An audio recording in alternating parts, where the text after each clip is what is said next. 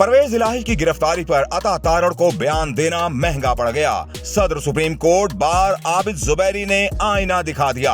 PTI सदर परवेज इलाही की गिरफ्तारी पर मुस्लिम लीग नून के रहनुमा अता तारड़ ने निजी टीवी चैनल के प्रोग्राम में बात करते हुए कहा कि यही जज साहिबान थे जब किसी बेटी को वालिद के सामने इसलिए गिरफ्तार कर लिया जाता था कि वालिद को अजियत दी जा सके।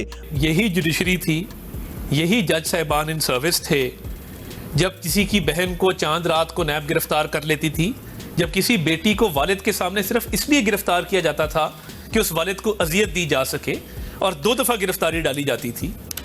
आहा चीमा जैसा शख्स 3 साल कैद काट के आया है, बेल नहीं हुई क्योंकि जुडिशरी बेल देने को तैयार नहीं थी।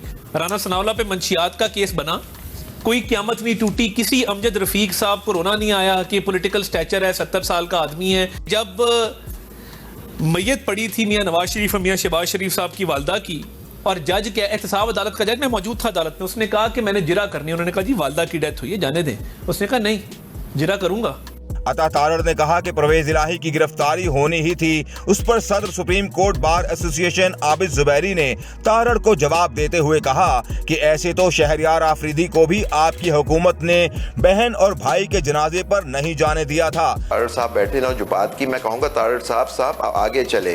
अब आप देखिए इस तरह तो फिर वो जो एक अफरीदी साहब थे उनकी भी बहन और भाई का इंतकाल हुआ, आपकी हुकूमत थी, उनको भी जनाजे पे नहीं जाने दिया गया। अगर हम तारीख में रह जाएंगे तो हम आप इस सिस्टम में बेहतरी नहीं ला सकते।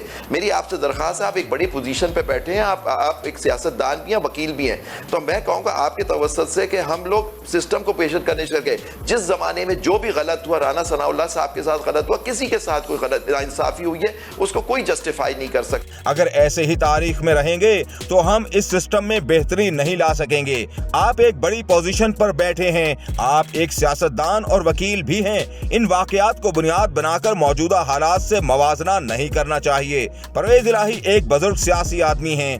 आपकी जब हुकूमत थी आपने पार्लियामेंट में खड़े होकर कहा था हम सुप्रीम कोर्ट को नहीं मानते। अब आप बात कर रहे हैं गुड टू सी यू की इसी में आप रह गए। इस तरह ना करें। हम और आप कोर्ट्स के फैसले की इज्जत नहीं करेंगे तो फिर ऐसे ही बेतौकीरी होगी।